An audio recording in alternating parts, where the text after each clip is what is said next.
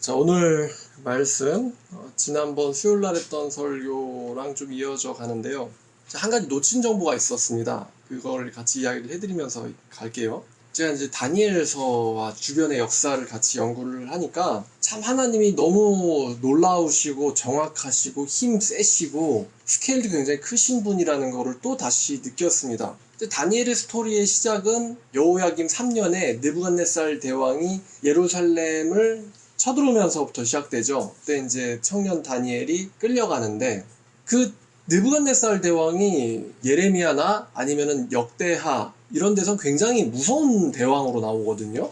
말 안 들으면 다 잡아가든가 아니면 눈을 뽑든가 죽이든가 이런 대왕으로 나타나요. 그런데 다니엘서에선 약간 개그 캐릭으로 변화를 하죠.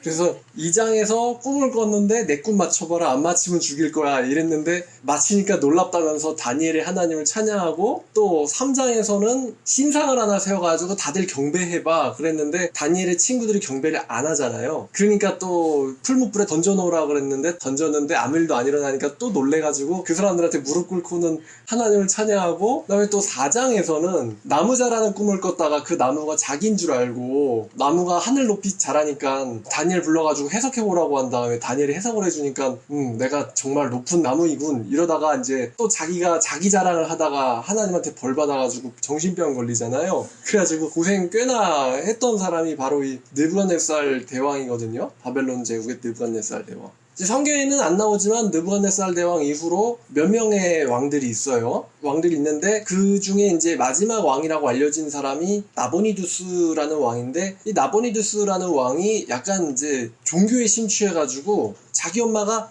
달의 신의 사제예요. 그래서 달의 신으로 한번 종교개혁을 해보겠다 그러다가 이제 자기들의 그 수도에서 민심이 떨어지니까 자기 아들, 그러니까 황태자를 남겨놓고는 야 네가 통치해라 난 갈랜다 이러고서는 수도를 떠나 있었어요. 테이마에 기거했는데 그게 549년이었죠. 기원전 549년. 기원전 549년부터 기원전 539년까지 약 10년 동안을 벨사살이 통치를 합니다. 그래서 이제 성경에는 이 벨사살이 나오죠. 벨사살이 10년 정도 통치를 하다가 이제 축제일 날, 이 마르둑 축제일 날 내 힘을 좀 보여줘야겠다. 그러면서 우리 선대 조상이 예루살렘에서 가져왔던, 예루살렘에서 털어왔던 저 그릇들을 다 꺼내가지고 왕후들과 고관들 다 나와가지고 같이 술을 마시자. 그러면서 술 파티를 벌이고 있는데 갑자기 메네메네 데겔 우바르신이라는 글자를 보고서는 사색이 돼버리죠. 그래서 뭘 봤냐? 그래서 다니엘이 불러와가지고 다니엘을 해석을 하는데 봤더니만 니는 이제 끝났다라는 글자였죠. 너는 이제 끝났다라는 글자였어요. 그래서 그때 벨사살이 아마도 이 구바루, 페르시아의 장군인 구바루에게 살해를 당하죠. 페르시아 군이 사실은 성벽까지 쳐들어왔었는데 술파티를 안에서 벌이고 있었던 거예요. 그래서 이제 벨사살이 죽음을 당하죠. 그리고 이제 성경이 말하기를 다니엘서 5장에 이 메대 사람 다리오가 나라를 얻었는데 그의 나이가 62세라고 얘기합니다. 제가 여기에 대해서 설교를 수요일날 했었잖아요. 5장 30절에 그날 밤에 갈대아 왕 벨사살이 죽임을 당하고 메대 사람 다리오가 나라를 얻었는데 그때의 다리오는 62세였더라 라고 나이를 알려줍니다. 자, 그리고 이제 6장 1절에 다리오가 자기의 뜻대로 고관 120명을 세워 전국을 통치하게 했다라는 말이 나와요. 이 메대 사람 다리오가 제가 여러 가지 이제 추측을 지난번에 설명을 해드렸는데, 제가 조사를 하나 미흡하게 한 게 있었어요. 이 다리오의 생일이, 그러니까 생년이요, 다리오가 태어난 해가 기원전 600년입니다. 기원전 600년. 그리고 이 사람이 549년에 이제 안산에서 봉기를 해요. 페르시아의 수도에서 봉기를 해서, 페르시아는 그 당시만 해도 이 메대의 지배를 받고 있는 작은 나라였거든요. 근데 이 메대의 지배를 받던 작은 나라인 페르시아에서 봉기를 하는데, 제가 왜 고레스가 미디아 왕국의 딸, 공주의 아들인데도 불구하고 페르시아로 가게 된 이유에 대해서 지난번에 언급을 했는데, 딸이 꾼 꿈이 메대의 왕이 될 거다라는 것을 암시하는 꿈이라서 그 할아버지 아스티아게스가 그것을 두려워해가지고 딸을 페르시아로 시집을 보낸 거예요. 그래서 페르시아에서 페르시아의 국왕인 캄비세스 1세와 결혼을 해가지고 낳은 아들이 고레스거든요. 근데 고레스가 549년에 반란을 일으켜요. 근데 마침 그때가 언제냐면은 바벨론에서는 나보니두스가 야, 네가 좀 통치를 해볼래? 그리고서는 통치권을 맡기고 떠났을 때가 이제 549년이었어요. 근데 이 같은 시기에 고레스 대왕은 반란을 일으킨단 말입니다. 그래서 이 메데 왕국에서 아스티아게스, 자기 외할아버지 아스티아게스를 폐위시키고는 자기를 왕이라고 하기 시작했어요.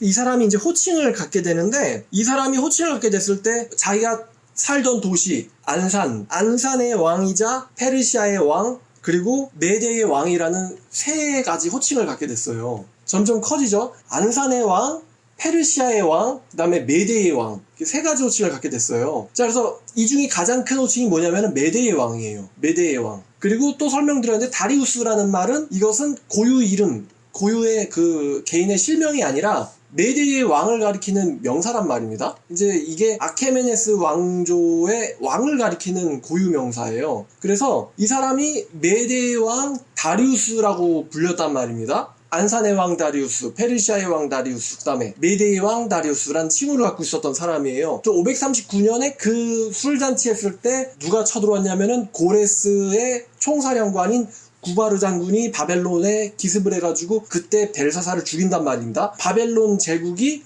누구 수중에 떨어지냐면 고레스의 수중이 떨어져요. 그럼 아마도 고레스의 호칭이 그 바벨론에 알려지기로는 어떻게 알려졌었냐면은 메데왕 다리우스라고 알려졌을 거예요. 메데왕 다리우스.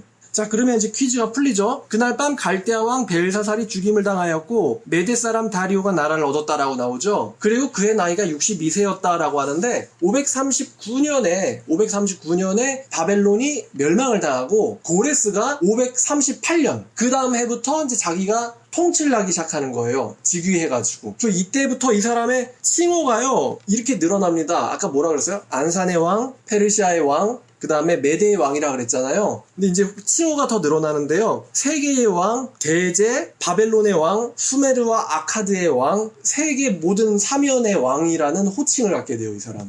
그러니까 한 나라의 왕이 아니죠. 호칭이 되게 많아요. 안산의 왕, 페르시아의 왕, 메데의 왕, 세계의 왕, 그 다음에 바벨론의 왕, 수메르와 아카드의 왕, 세계 사면의 왕이라는 호칭을 자기가 취합니다. 그때가 538년이었어요. 자, 그러면은 600에서 538을 빼면 얼마 나오죠? 62가 나온단 말입니다.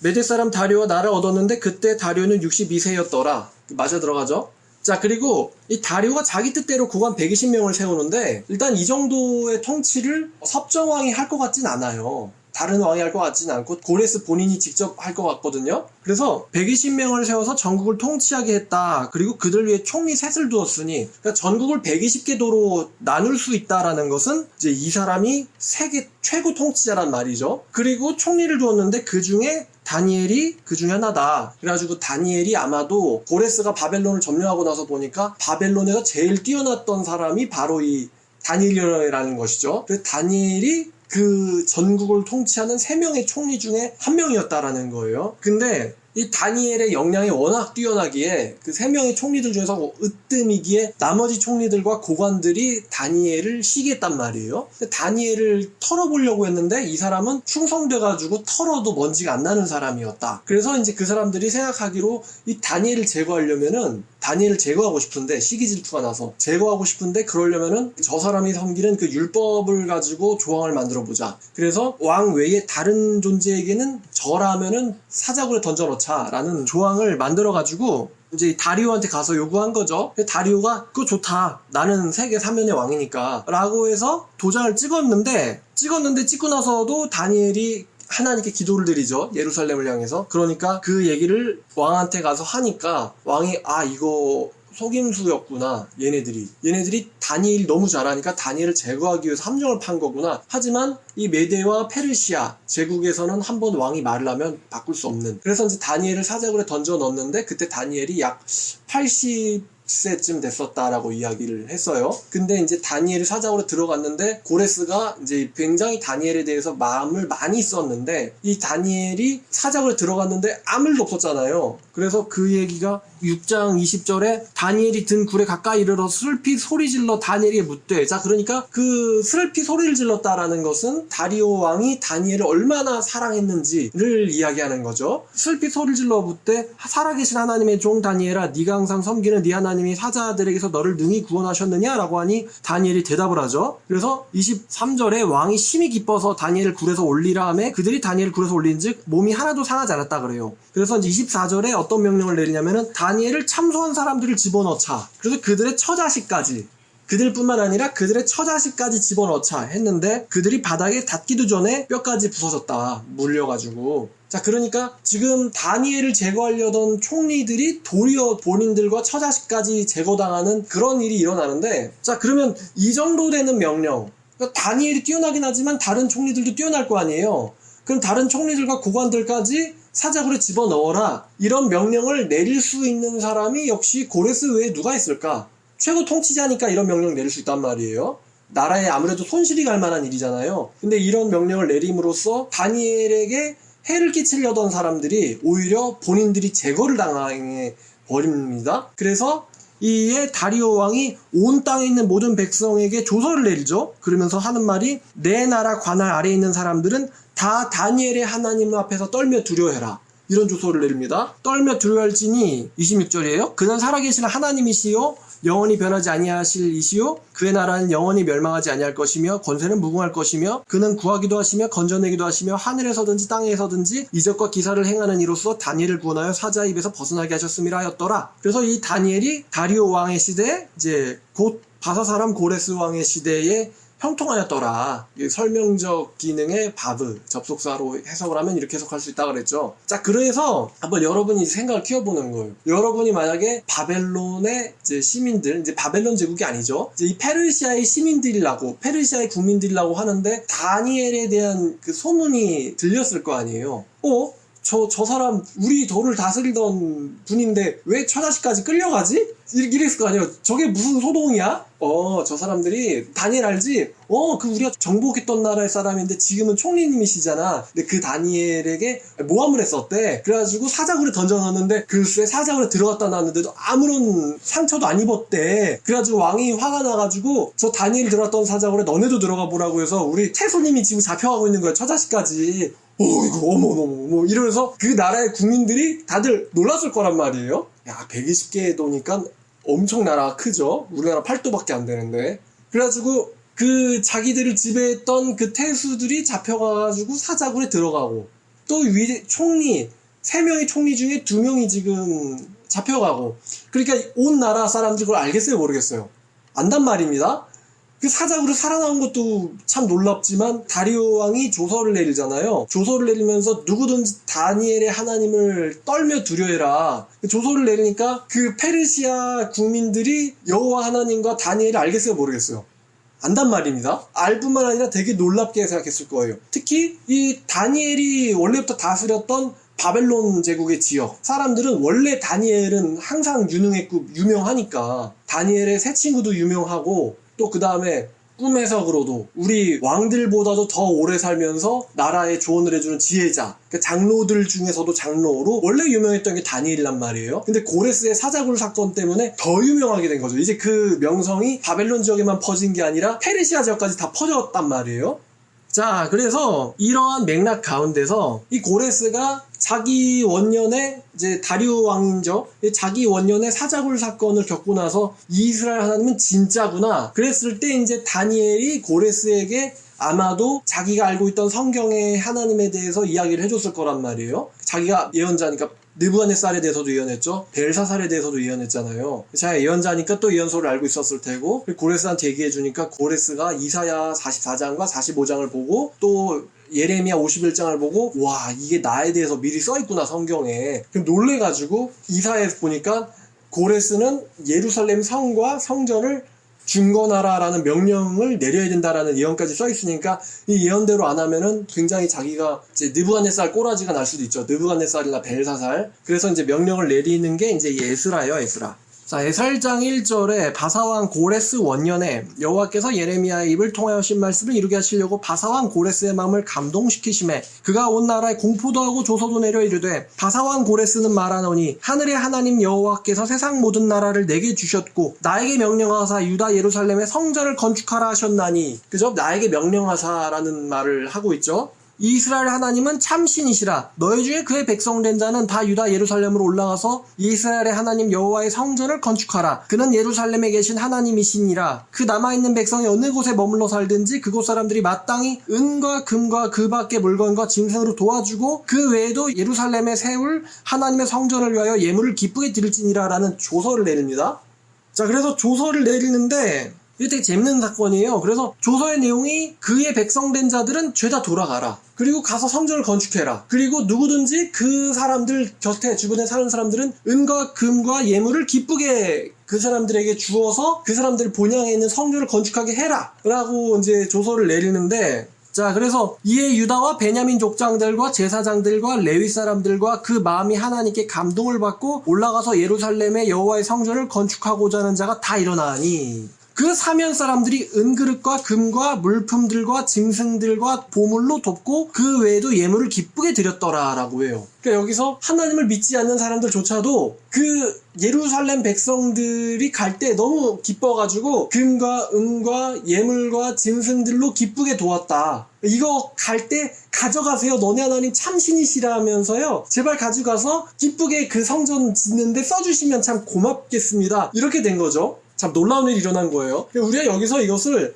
성령의 역사가 있었다 이렇게 해도 좋지만, 다니엘의 사자굴 사건, 그리고 풀무불, 다니엘의 세 친구의 풀무불 사건, 그 다음에 다니엘의 해석과 벨사살 멸망하는 이 모든 스토리를 그 나라 국민들이 알고 있었다라고 하면은, 와, 저 하나님 진짜 무서운 하나님이야.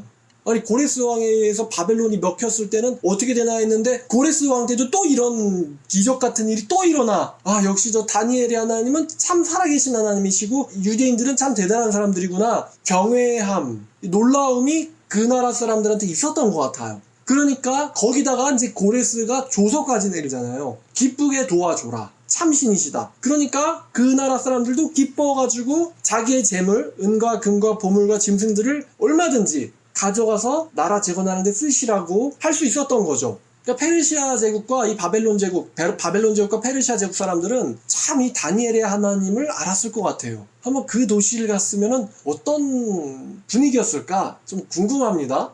기원전 538년의 페르시아를 한번 구경하고 싶어요. 기원전 538년의 페르시아. 자, 이것과 되게 비슷한 게 있는데, 이렇게 자기 돈을 가지고 돕는 이런 일이 비슷한 게 어디 있었냐면 출애굽기 11장에서요. 이제 9재앙을 내리고 나서 이제 10번째 유월절 재앙을 내리시기 전에 여호와께서 11장 1절에 여호와께서 모세에게 이르시기를 내가 이제 한 가지 재앙을 바로 애굽에게 내린 후에야 그가 너희를 여기서 내보내리라. 그가 너희를 내보낼 때에는 여기서 반드시 다 쫓아내리니 백성들에게 말하여 사람들에게 각기 이웃에게 은금 패물을 구하게 하라 하시니. 그러니까 이제 출애굽할 때 이스라엘 백성들이 광야를 갈 건데 광야를 향해서 갈 건데 은금 패물을 이웃에게 구해라 그랬는데 주세요. 그랬는데 사람들이 줬다는 거예요. 왜냐? 3절 여호와께서 그 백성으로 애굽 사람들의 은혜를 받게 하셨고, 너의 히브리인들 때문에 우리나라가 이 정도까지 발전할 수 있었어. 고맙다. 그리고 너네 하나님 정말 참신이시야. 그리고 얼마 전에 재앙이 일어날 거 미리 알려줘서 고맙다. 피할 수 있었어. 뭐? 은금 필요하다고? 그래, 이거 가져가. 여호와께서 그 백성으로 애굽 사람들에게 은혜를 받게 하셨고, 또 그 사람 모세는 애굽 땅에 있는 바로의 신하와 백성들의 눈에 아주 위대하게 보였다라고 나와요. 파라오가 위대한 게 아니고 이 모세라는 선지자가 애굽 사람들의 눈과 바로의 신하들의 눈에는 아주 위대한 사람으로 보이더라. 완전 초카리스마적인 지도자죠. 그렇게 보였다는 거예요, 모세가. 그러니까 이스라엘 백성들이 은금 패물을 옆집 사람에 구하는데 주는 거예요.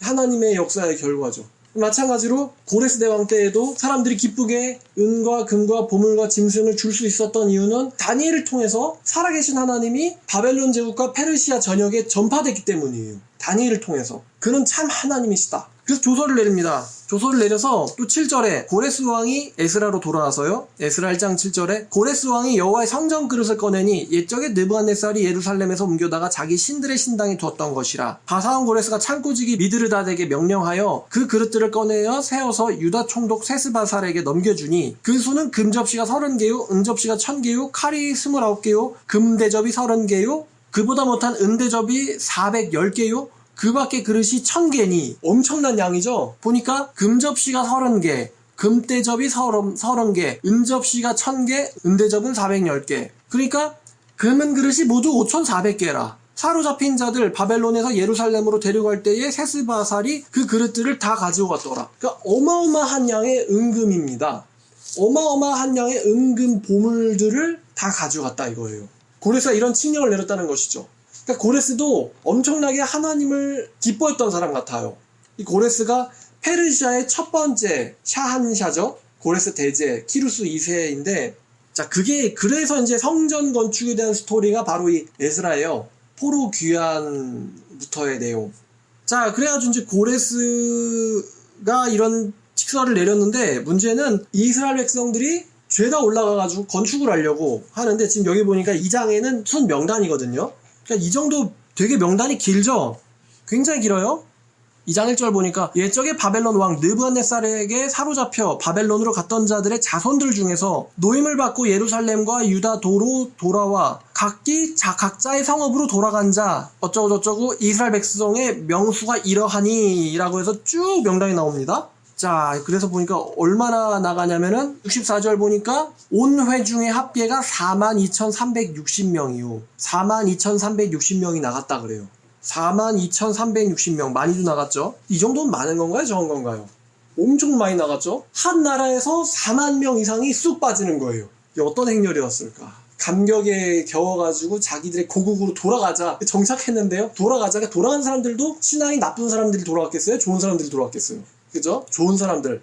이제 잡혀간 지 한참 돼가지고 605년에 잡혀가지고 지금 538년이면 거의 60년 이상이 지났는데 돌아가자. 그럼 여기다 지금 정착했는데 돌아가자고요? 여기 우리 땅 아니야 임마. 여호와께서 주신 땅으로 돌아가야 돼. 그러니까 신앙이 좋은 사람들이 분명 돌아갔을 거예요. 4만 명 이상의 신앙 좋은 42,361, 60명. 그 외에 남종과 여종이 7,337명이요. 7,337명의 남종과 여종들. 그러니까 엄청 많이 간 거예요. 종들도 돌아가고, 또 말도, 노새도, 낙타도, 나귀도 잔뜩 데려가고, 그리고 또 68절 보니까 어떤 족장들이 예루살렘에 있는 여호와의 성전터에 이르러 하나님의 전을 그곳에 다시 건축하려고 예물을 기쁘게 드리되. 자, 또 이번에 또 어떤 족장들도 예루살렘을 위해서 예물을 기쁘게 드렸다라 그래요. 제가 근데 이거 읽다가 한 가지 궁금한 게, 도대체 여기 65절 후반부에 이 노래하는 자는 뭐야? 노래하는 자가 200명이다. 그럼 얘네들은 음주라고 하면 안 되지. 가무에 특화된 사람들인가? 어떻게 노래를 했을까? 좀 궁금합니다. 노래하는 사람들 다 데려갔어요. 아무래도 이제 찬송을 하려면은 이제 이렇게 생각하면 되겠다. 그 성가대 지휘자들이 200명이다. 그죠? 성가대 지휘자들이 200명이고, 이스라엘 백성들 그 4만 명 이상은 걔네들은 전부 다 이제 성가 대원들. 자, 그래서 옷도 그냥 보니까 69절에 힘 잘하는 대로 공사하는 금고에 드리니 금이 6만 1000다리기요 은이 5천만에요 제사장 옷이 100벌이었더라. 이에 제사장들과 레위 사람들과 백성 몇과 노래하는 자들과 문지기들과 느디님 사람들이 각자의 성읍에 살았고 이스라엘 무리들도 각자의 성읍에 살았더라. 이제 쫙 퍼진 거예요. 다시 돌아가가지고. 자, 그들이 각자의 성읍에 살았더니 7째 달에 이르러 일제 예루살렘에 모인지라. 요사닥의 아들 예수아와 그의 형제 제사장들과 어쩌고저쩌고. 그래가지고 얘네들이 하나님의 제단을 만들고 하나님의 사람 모세 율법에 기록한 대로 그 번제를 그게 드리려 할세. 이제 이 회개한 얘네들이 원래 옛날에는 지네들 산당에서 마음대로 지네 신을 드렸는데, 이제는 딱 모여가지고 예루살렘에 모여가지고 율법에 기록된 대로 제사를 드리기 시작했어요. 얘네들의 그 신앙이 회복된 거죠. 그래서 이제 드리려 할세 3절에 무리가 모든 나라 백성을 두려워하여 제단을 그 터에 세우고 그 위 아침 저녁으로 여호와께 번제를 드리며 기록된 규례대로 초막절을 지켜 번제를 매일 정수대로 날마다 드리고, 그리고 또 이제 또 기쁘게 예물을 드리되. 자, 6절에 7째 달 초하루부터는 비로소 여호와께 번제를 드렸으나 그때의 여호와의 성전지대는 미쳐 놓지 못한지라. 이에 석수와 목수에게 돈을 주고, 이제 돈 많죠 얘네들. 나올 때 잔뜩 가져왔으니까 돈을 주고, 또 시돈 사람과 두롯 사람, 얘네들은 이제 볼목 왕들이에요. 벌목꾼들에게 돈을 주고 또 바사왕 고레스의 명령대로 백향목을 레바논에서 요빠 해변까지 실어 날랐다. 그러니까 이게 백향목을 또 레바논에서 요빠는 바로 예루살렘 위쪽에 있는 해안 도시거든요. 거기로 운송하겠다는 걸 보면 이게 어마어마한 또 행렬이었을 거란 말이에요. 돈 줄 테니까 다 가져와. 이 정도가 된 거죠. 그리고 또 예루살렘에 있는 하나님의 성전에 이른 지 2년 둘째 달에 스랄디엘의 아들 수르바벨과 요사닥의 아들 예수아와 다른 형제 제사장들과 레위 사람들과 물어 사로잡혔다가 예루살렘에 돌아온 자들이 공사를 시작하고 20세 이상의 레위 사람들을 세워서 여호와의 성전 공사를 감독하겠다라 그래요. 자, 그래서 이제 이 9절에 이 사람들이 일제히 일어나 하나님의 성전 일꾼들을 감독하니라. 건축자가 성전에 기초를 놓을 때 제사장들은 예복을 입고 나팔을 들고 아삽 자손 레위 사람들은 재금을 들고 서서 이스라엘의 왕 다윗의 규례대로 여호와를 찬송하되 찬양으로 화답하며 여호와께 감사하여 이르되 주는 지극히 선하심으로 그의 인자하심이 이스라엘의 영원하시도다 하니 모든 백성들이 여호와의 성전 기초가 놓임을 보고 여호와를 찬송하며 큰 소리로 즐거이 부르며 제사장들과 레위 사람들과 나이 많은 족장들은 첫 성전을 보았으므로 이제 이 성전의 기초가 놓임을 보고 대성통곡하였으니 여러 사람은 기쁨으로 크게 함성을 지르니 백성이 크게 외치는 소리가 멀리 들리므로 즐거이 부르는 소리와 통곡 소리를 백성들이 분간하지 못하였더라. 이게 나이 많았던 사람들은 무너지는 것을 보고 갔단 말이에요. 보고 잡혀갔는데 내가 이걸 볼 줄이야. 성전이 기초가 놓이는 것을 보고는 대성통곡을 했다 그래요. 막 옛날 기억이 떠오른 거죠. 내가 어렸을 적에 봤던 게 무너지는 걸 보고 마지막으로 갔는데 다시 돌아와가지고 그 기초를 놓는 걸 때 젊은 애들은 뭔지는 모르겠지만 기쁘다. 여기 원래 성전이 있었다고 했던데 즐겁다 이러면서 소리를 지르고 노인들은 대성통곡을 하고. 근데 이제 문제가 이제 4장부터 시작되는데요.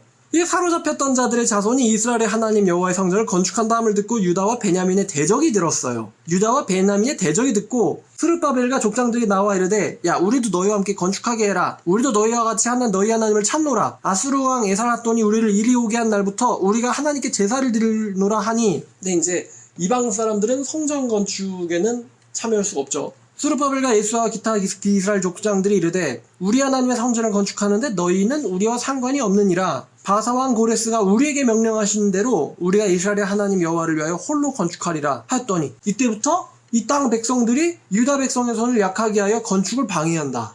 얘네들 속마음이 나타난 거죠. 그러니까 얘네들의 신앙심은 순수했던 게 아니에요. 성전 건축하는데 나도 좀 끼어가지고 우리들 이름 좀 같이 날려보자. 근데 그렇게 할 필요 없다고 하니까 그러면 우리는 기도로 돕겠다가 아니고 뭐야? 이러면서 방해하기 시작하는 거예요.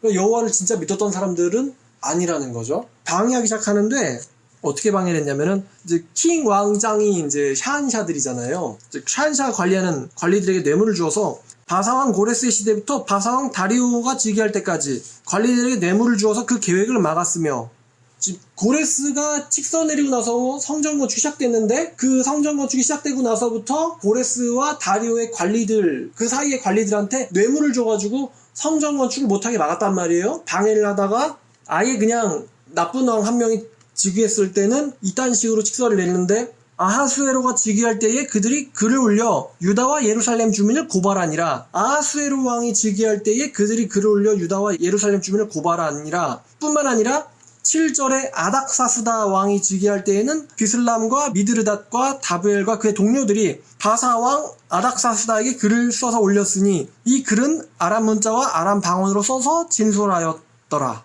지금 누가 예루살렘 백성을 고발을 하냐면은 10절에 오스나빨 아슈르바니팔 오스나빨이 사마리아 성과 유브라데 강 건너편 다른 땅에 옮겨둔 자들과 함께 고발한다. 지금 유브라데 강 건너편 다른 땅에 옮겨둔 자들과 함께 고발한다. 그래서 그 고발하는 내용이 이래요. 12절 이하예요. 아닥사스다 왕에게 올린 그 글의 초보는 이러하니 왕에게 아뢰나이다. 당신에게서 우리에게로 올라온 유다 사람들이 예루살렘에 이르러서 폐역하고 악한 성읍을 건축하는데 이미 그 기초를 수축하고 성곽을 건축하오니 이제 왕은 아시옵소서. 만일 이 성읍을 건축하고 그 성곽을 완공하면 저 무리가 다시는 조공과 관세와 통행세를 바치지 아니하리니 결국 왕에게 소근해가 되리이다. 우리가 왕궁의 소금을 먹음으로 왕의 수치당함을 참아보지 못하여 사람을 보내서 왕에게 아뢰오니 이제 왕은 조상들의 사기를 살펴보시면 그 사기에서 이 성읍은 패역한 성읍이라 예로부터 그 중에서 항상 반역한 일을 행하여 왕들과 각 도에 손해가 된 것을 보시고 아실지라 이 성읍이 무너짐도 이 때문이니이다. 얘네들은 예루살렘 성이 무너진 것을 이렇게 기술하죠. 대제국들에게 손해를 끼쳤기 때문에 무너졌다 라고 얘기하고 있죠. 좀 변경해서 이제 감히 왕에게 아뢰오니 이 성읍이 중건되어 성곽이 준공되면 이로 말미암아 왕의 강 건너편 영지가 없어지리다 하였더라. 자, 이에 왕이 방백 르흠과 서기관 심세와 사마리아에 거주하는 그들 동관들과 강 건너편 다른 땅 백성에게 조서를 내리니 일렀을 때 너희는 평안할지어다. 너희가 올린 글을 내 앞에서 낭독시키고 명령하여 살펴보니 과연 이 성읍이 예로부터 왕들을 거역하며 그 중에서 항상 패역하고 반역하는 일을 행하였으며, 그러니까 지네 나라의 편입 안 되고 독립국가로 있었다는 거죠. 북이스라엘과 남유다가요. 반역하는 일, 지들 입장에선 반역이겠죠. 반역하는 일을 행하였으며 옛적에는 예루살렘을 다스리는 큰 군왕들이 있어서, 이 큰 군왕들이 누구냐? 아마도 다윗과 솔로몬 얘기하는 것 같아요. 큰 군왕들이 있어서 강 건너편 모든 땅이 그들에게 조공과 관세와 통행세를 다 바쳤도다. 그래서 얘네 이때 엄청났으니까 솔로몬 때 무서운 거죠. 그러니까 그런 엄청난 힘이 있었던 나라의 후손들이란 말이야. 이에 너희는 명령을 전하여 그 사람들의 공사를 그치게 하여 그 성을 건축하지 못하게 하고 내가 다시 조서 내리기를 기다리라. 너희는 삼가서 이 일에 게으르지 말라. 어찌하여 화를 다하여 왕들에게 손해가 되게 하랴 하였느라. 그래서 아닥사스 왕이 조서 초본과 르흠과 서기관 심세와 그의 동료 앞에서 낭독되매 그들이 예루살렘으로 급히 가서 유다 사람들을 보고 권력을 억제하여 그 공사를 그치게 하니 이에 예루살렘에서 하나님의 성전 공사가 바사왕 다리오 제2년까지 중단되니라. 성전 공사가 아닥사스다 왕부터 다리오 제2년까지 중단됐다라고 합니다. 그러니까 주변 사람들이 참, 그러니까 얘네 이 유다 사람들은요, 지금도 그렇지만요, 이 주변 사람들 친구를 잘못 뒀어요. 항상 이 유다 예루살렘 뭔가 하려고 그러면 방해를 해. 옛날부터 지금까지. 사사시대부터 지금까지 항상 방해를 해. 심지어 이제 얘네들을 지들끼리 쨍쨍쨍쨍 이러고 있다가 아슈르바니팔, 아슈르 슉 와가지고 쓸어버리고 잡혀가고 또 바벨론이 와가지고 잡아가고 이제쯤 돌아와가지고 다시 건축해보겠다는데 또 방해. 그죠? 그 역사의식이 그래도 있는 애들이에요. 야, 저거는 여호와의 진짜 하나님 여호와의 성전이기 때문에 우리 같은 잡신을 섬기는 애들은 저 성전을 생기게 보면 안 된다. 그러니까 방해하자. 어떻게든 방해하자. 야, 고관들 썩었잖아. 뇌물을 먹여가지고 나쁜 놈들이라고 패역한 민족이라고 소문을 낸 다음에 저 도시 때문에 니네들이 한번 지배당할 뻔한 적이 있다고. 이거를 이 위험성을 저 아닥사스다에게 알려줘가지고 아닥사스다가 공사를 방해하게 만들어야 된다. 그러니까 아닥사스다가 그 얘기를 딱 듣고 나서 봤더니만 이스라엘 애들이 내가 지배하던 조그만 부족 국가인 줄 알았는데 한때 엄청나게 셌었단 말이에요.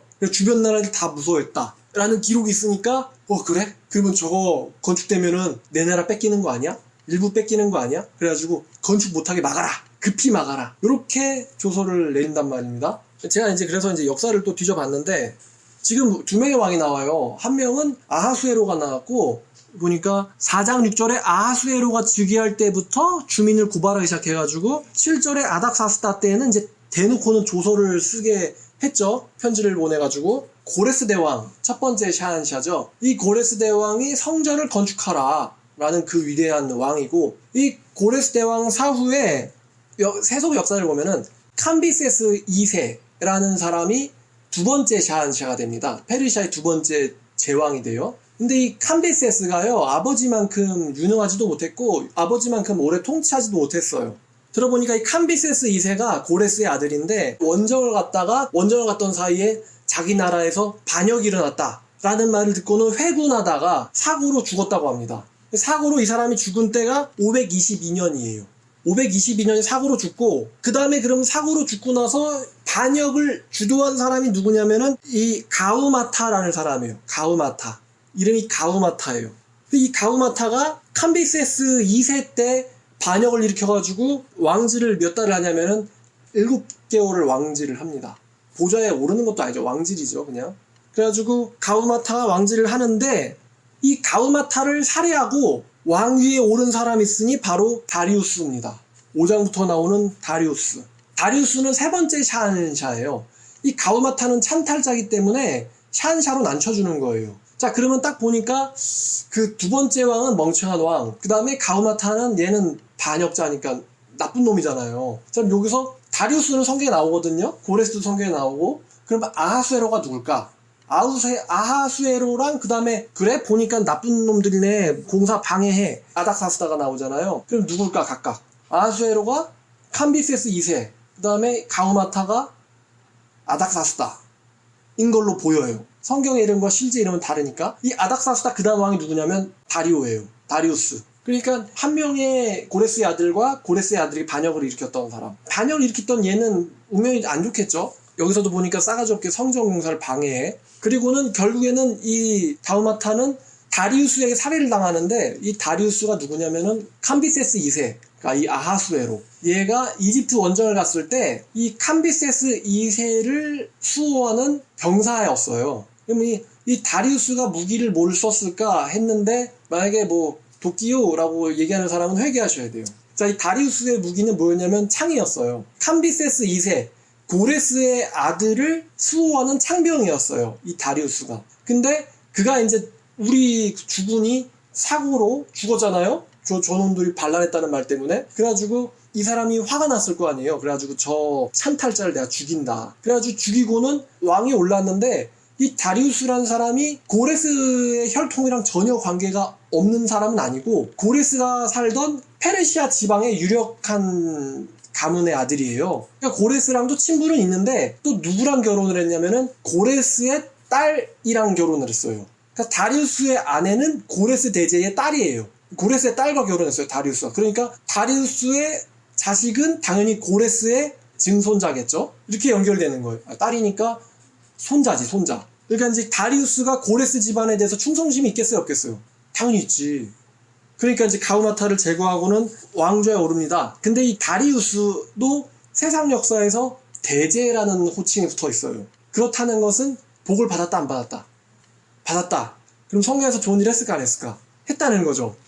자, 그래서 이제 5장에 이 다리오가 등장하기 시작하는데, 5장 1절 보니까 선지자, 여기서 또 이제 우리에게 익숙한 사람이 나와요. 선지자들 곧 선지자 학개와 이또의 손자 스가랴, 학개와 스가랴 나오잖아요. 이 학개와 스가랴가 여러분이 알고 있는 그 학개와 스가랴가 맞아요. 그러니까 학개서와 스가랴서가 이때가 역사적 배경이었구나 라고 생각하고 읽으면은 좀 좋을 거예요.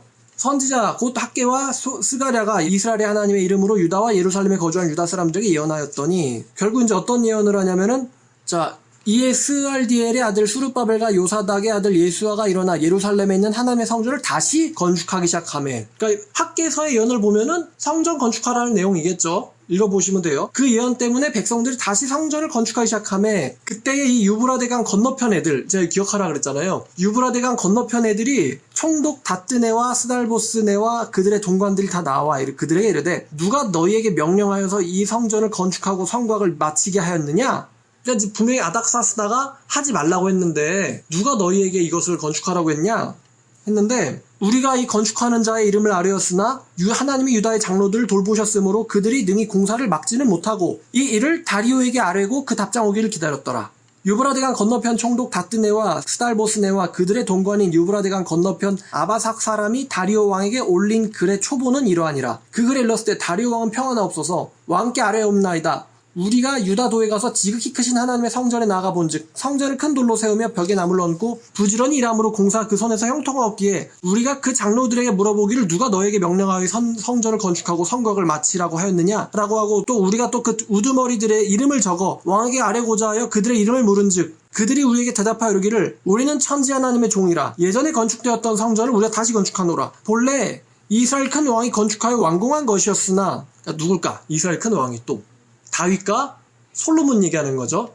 완공하였으나 우리의 조상들이 하늘에 계신 하나님을 노엽게 하였으므로 하나님께서 그들을 갈대아 사람 바벨론 왕 느부갓네살의 손에 넘기심에 그가 이 성전을 헐며 이 백성을 사로잡아 바벨론으로 옮겼더니, 그러니까 지금 왜 망했다라는 그게 아까 그 주변 사람들의 평가와 백성들 자신의 평가가 다르죠. 쟤네들은 대국에게 깝치더니 망했다 이거고, 이 사람들은 하나님을 노엽게 해서 망했다.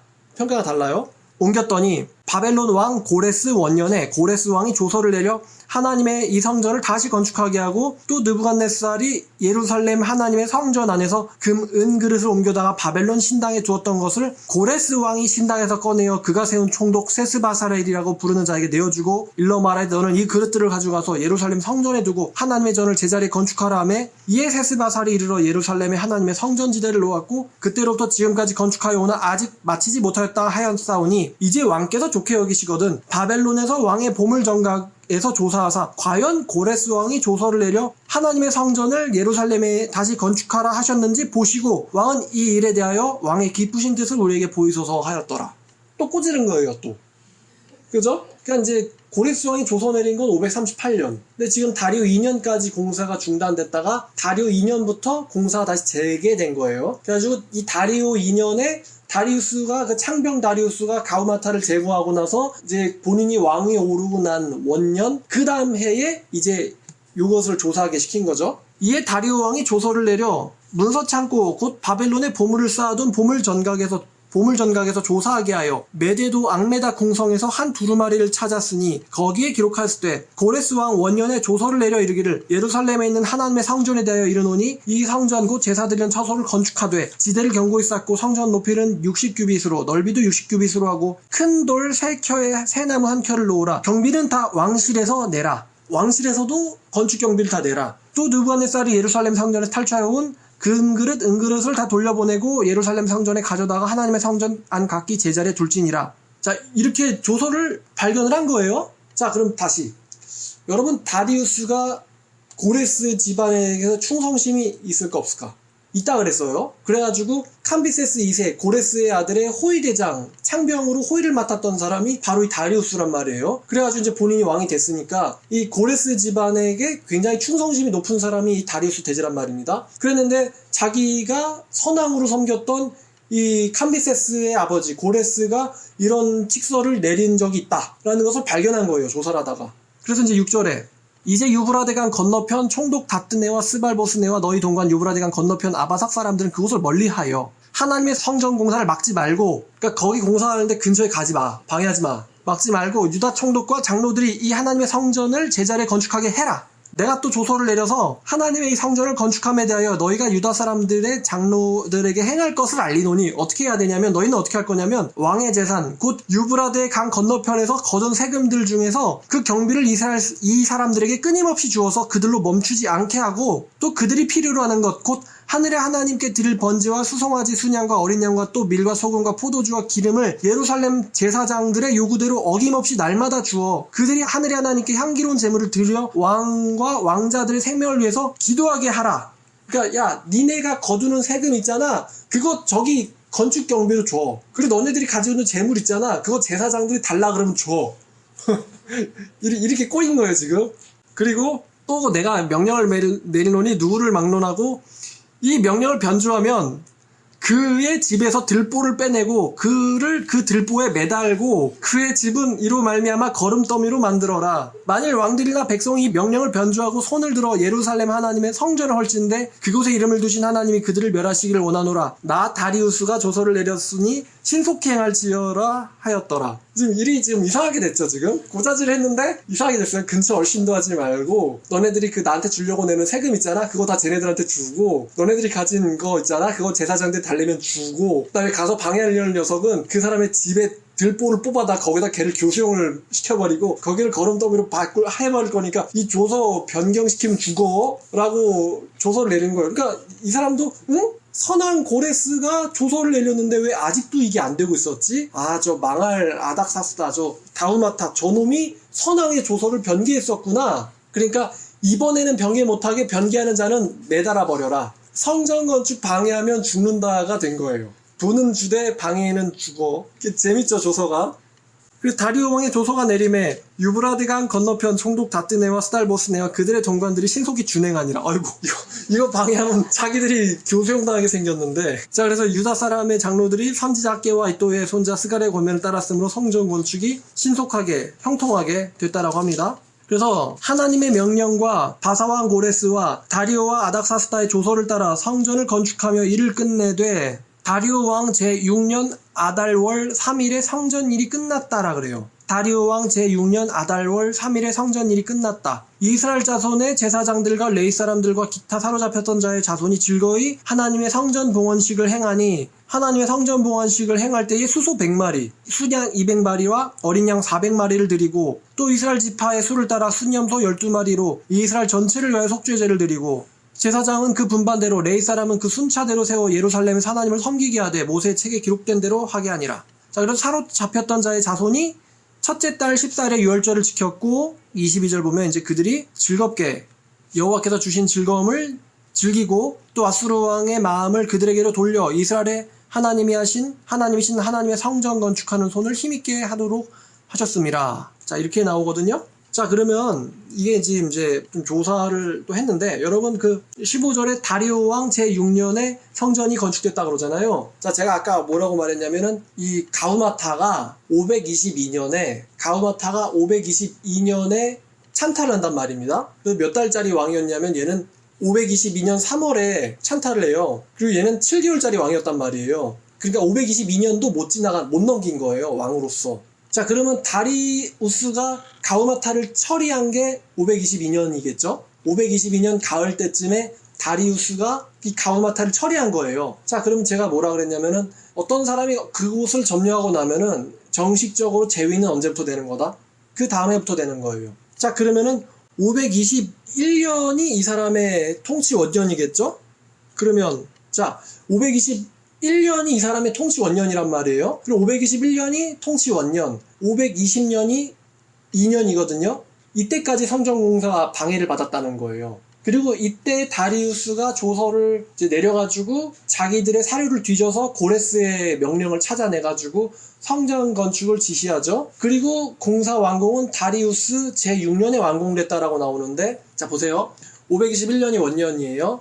520년이 2년이죠. 519년이 3년, 518이 4년, 517이 5년, 516년이 다리우스 제6년이거든요. 그럼 성전 완공은 몇 년에 됐다? 516년에 된 거예요. 516년에 성전이 완공됐어요. 다리우스 제6년. 이해하셨죠? 자, 근데 이때가 언제냐? 586년에 바벨론의 느부갓네살에 의해서 성전이 파괴되고 나서 정확하게 몇 년 뒤에요? 586에서 516을 빼면 얼마죠? 정확하게 70년 뒤에 성전이 파괴된 성전이 다시 완공되죠. 그래서 그 예레미야 29장 10절에 있던 예언, 여호와께서 이와 같이 말씀하시니라. 바벨론에서 70년이 차면 내가 너희를 돌보고 나의 선한 말을 너희에게 성취하여 너희를 이곳으로 돌아오게 하리라. 70년 만에 너희를 이곳으로 돌아오게 하리라. 그러니까 70년 뒤에 내가 너희에게 다시 회복을 주겠다라는 그 70년 만의 회복의 예언이 그대로 적중된 거죠. 성취된 거죠. 그래서 586년에 느부갓네살에 의해서 파괴된 성전이 516년에 세 번째 샤한샤인 페르시아의 다리우스 대제 제6년에 완공된다는 것입니다. 때는 516년이고. 자, 그러니까 여러분들이 그렇구나. 그러면은 그 고레스 원년이 언제라고요? 이제 아셔야죠. 고레스 원년이 언제예요? 고레스 왕이 직서 내린 해. 자, 그럼 힌트 하나 드리면은 그 벨사살이 사살당한 해가 539년. 그럼 고레스 원년은 언제예요?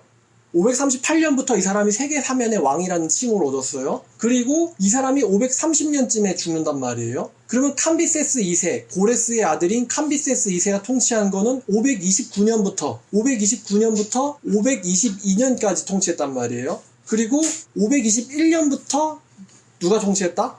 다리우스가 통치했다는 거예요. 가우마타는 7개월짜리, 얘는 안 쳐요. 얘는 샤한샤로 안 들어가요. 찬탈자라. 그래서 521년부터 다리우스가 통치했다. 그럼 다리우스 521년이 1년. 그래서 6년 지나니까 516년에 성전 건축이 완공됐다. 그래서 예레미야에 있는 예언과 여기도 이건데요. 예레미야에 있는 예언과 에스라에 있는 역사와 그러니까 예언과 역사가 일치하고 또 이게 세상 역사에서도 일치한다. 라는 거죠. 여러분이 다리우스 대제를 치면요. 다리우스 때에 하나님의 예언이 성취됐다라는 게 나와 있어요. 다리우스 6년이 몇 년? 516년. 다리우스 대제 6년이 516년. 예언대로 하나님의 성전이 완공됩니다. 자, 그 다리우스가 이렇게 좋은 일을 한 사람이고 조서를 내려서 다리우스에 대해서 조금 소개를 드리면은 이 다리우스는 The Great, 대제라는 이름이 붙어있는 왕인데 세 번째 샤한샤고요. 캄비세스 2세의 창병입니다. 아까 설명해드린 대로. 그리고 고레스 대제의 딸의 이름인 아토샤예요. 고레스 대제의 딸과 결혼한 사람이고 두 번째 샤한샤인 캄비세스 2세 아수에로의 사후 찬탈한 가우마타 아닥사스다를 죽이고 왕에 오른 사람. 그래서 이 사람이 고레스가 또 왜 대제냐면은 영토를 넓혔거든요. 아까 캄비세스 2세가 이집트 원정을 하던 도중에 반란이 일어나가지고 회군하다 죽었다 그랬는데 캄비세스 2세가 하다만 이집트 원정을 다리우스가 합니다. 그래서 다리우스가 이집트를 정복해가지고요. 다리우스에게 호칭이 하나 또 붙어요. 뭐가 붙냐면 이집트를 정복하면 무슨 호칭이 붙을까? 여러분도 아는 호칭인데 다리우스는요 파라오로도 불립니다. 그러니까 호칭이 되게 많아요. 안산의 왕, 그 다음에 페르시아의 왕, 메데의 왕, 바벨론의 왕, 수메르의 왕, 아카드의 왕, 세계 사면의 왕, 파라오. 이런 호칭을 다 갖고 있는 사람이 다리우스 대제예요. 자, 이 다리우스 조서를 내려서 성전 건축을 보챈 사람. 성전 건축의 경비와 제사 제물을 주게 하고 누구든지 성전 건축을 방해하면은 집에서 들보를 빼버리고는 거기다 메어 죽이고 집은 거름더미가 되게 만들어버리겠다라고 협박을 한 왕이죠. 그리고 누구든지 성전을 멸한다면 하나님도 그들을 멸할 거라는 축복과 저주까지 내려준 사람. 그러니까 이제 나 다리오가 조서를 내렸으니 신속히 행하라. 6장 12절. 그래서 이제 아마도 키루스와 그의 아들 캄비세스 2세에게 충성심이 높았던 사람이었을 거고 대제라는 호칭이 붙었어요. 자, 그래서 이제 결론이죠. 다리우스가요 521년부터 통치한 것도 놀라운 이야기고 또 다리우스 제6년에 성전이 완공됐다는 것도 놀라워요. 그래서 예레미야의 70년 예언 성취가 세속 역사에서도 증명되는 것도 놀랍고요. 이렇게 정확하게 지금부터 2500년쯤 전이잖아요. 그때인데 정확한 연도에 일어났던 일을 성경이 얘기하는 사건 예언과 성취와 세속 역사가 이야기하는 그 역사의 연도가 사실 같다는 거는 굉장히 높은 거거든요. 사실일 확률이. 그게 참 놀라워요. 그래서 심지어 이제 여기서 뭐가 나오냐면 그러니까 성전 건축을 방해하는 자들까지도 사용하시는 여호와의 그 능력이 무섭다. 여러분 다니엘 고발했던 고관들 때도 그랬고 지금 다리우스 때도 그랬고요. 이와 비슷한 일이 에스더서에도 또 나와요. 이스라엘 애들 죽여볼래다가 괴롭혀볼래다가 뭔가 이건 아닌데 이러면서 뒤집어지는 거 있잖아요. 이게 계속 반복해서 나와요. 자, 그러면은 이제 우리가 느껴야 될 거는 역시 하나님은 살아계시고 위대하시다. 진짜 1년도 빗나가게 안 하시는 거예요. 정확하게 자기의 계획대로 만들어버리는 거예요. 하나님께서. 그러니까 아닥사스다가 찬탈한 것도 알고 계셨고 이끄셨고 또 다리우스가 그 사람을 죽이고는 왕위에 올라서 또 충성심이 깊어가지고 고레스의 조서를 조사한 다음에 그 조서대로 행해라 라고 말할 왕인 것도 알고 계셨고 모든 게 하나님의 계획대로 손길대로 된 거예요. 이스라엘 백성들은 완공해놓고서는 이게 예언의 성취인가 했겠지만 하나님께서는 처음부터 알고 계셨다는 것입니다. 그래서 이 다리우스가 하나님한테 복을 받아서 이 사람도 대제라는 칭호를 갖게 됩니다. 캄비세스 2세, 고레스의 아들은 대제라는 칭호가 없어요. 대제라는 칭호가 붙은 건 다리우스, 그리고 첫 번째 샤한샤인 고레스 본인. 이 둘 다 여호와의 명령을 두려워했던 사람입니다. 고레스 자신은 본인이 여호와를 알았던 것 같고 다리우스는 자신이 충성스럽게 섬겼던 고레스 때문에 이제 복을 같이 받게 된 거죠.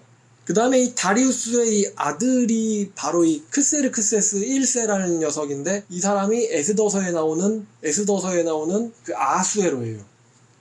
크세르크세스의 아들이 아크타크세르크세스라는 사람인데 이 사람이 느헤미야의 친구예요. 친구. 느헤미야가 근심 걱정하면은 안색이 안 좋은데 뭐 있어? 이렇게 물어보던 왕이 있어요. 페르시아의 왕 중에 그 사람이 이 아크타크세르크세스 1세거든요. 그러니까 이 페르시아 왕조가 굉장히 하나님의 사람들이랑 굉장히 상관이 깊어요.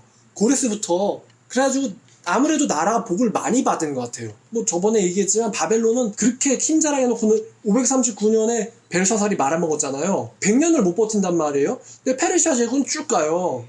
549년에 고레스가 안산의 왕이 되고 나서부터 그리스의 알렉산더 대왕에게 멸망할 때까지 쭉 갑니다. 그럼 알렉산더 대왕의 그리스는 걔는 성경에서 쓰임받는 녀석은 아니거든요. 전쟁만 하다가 32살에 죽어버려요. 그리고 죽자마자 나라가 네 갈래로 찍 찢어져요. 알렉산더의 아들도 찍 죽어요. 그러니까 참 이게 왕조들 중에서 복받은 왕조가 이 왕조가 아케메네스, 얘네 이 페르시아 왕국이 하나님한테 꽤 복을 많이 받은 것 같아요. 자, 여기까지 하겠습니다. 감사합니다.